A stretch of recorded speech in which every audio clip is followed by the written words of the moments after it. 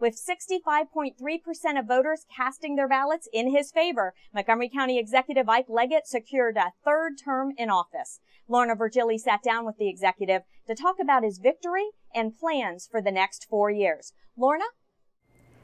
Sonia, the county executive says he is grateful to Montgomery County voters and that he is ready for his third term, where he will focus on financial sustainability and job creation. Well, first of all, let me thank and acknowledge the voters of Montgomery County for placing their trust and confidence in me and looking at the job that we performed over the last 8 years, especially under some very, very difficult circumstances and conditions. We inherited a very difficult recession. It was really international, and we had to do an awful lot of difficult things in a relatively short period of time. His top priority for the next 4 years is to maintain balanced budgets. So we want to ensure that as we go to the future, our budgets, our financials are sustainable. That's one.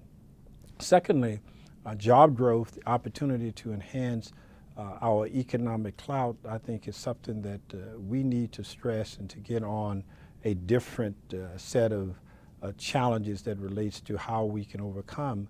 State funding for school construction is still at the forefront of the agenda, as well as transportation funds in the groundbreaking for the Purple Line.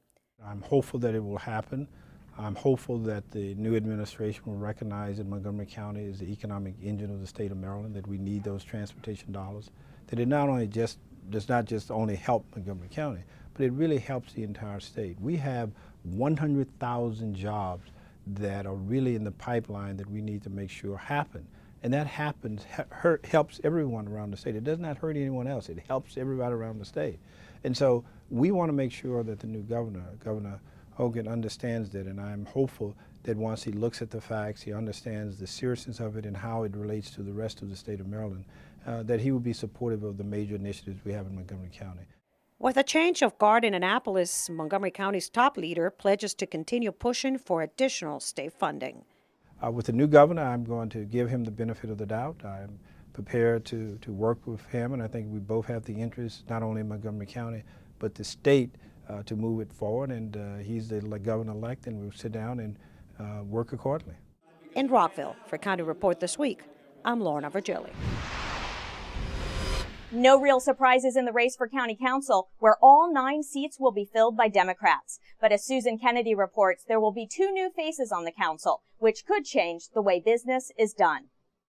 All 7 county council incumbents won re-election handily in an election where voters across the nation and state cast their ballots for change. In the at-large race, Councilmember Mark Elrich was the lead vote getter for the 3rd straight election cycle. I do a lot of community work. I mean, I'm not shy about that. I do. I guess a lot of community groups look at me as a council member they can go to talk about issues that affect them. I'm very sympathetic in terms of how you look at future growth and its impact on existing communities and the people who live here now. I guess I'm notorious for not being willing to sacrifice current residents for who might live here in 2040.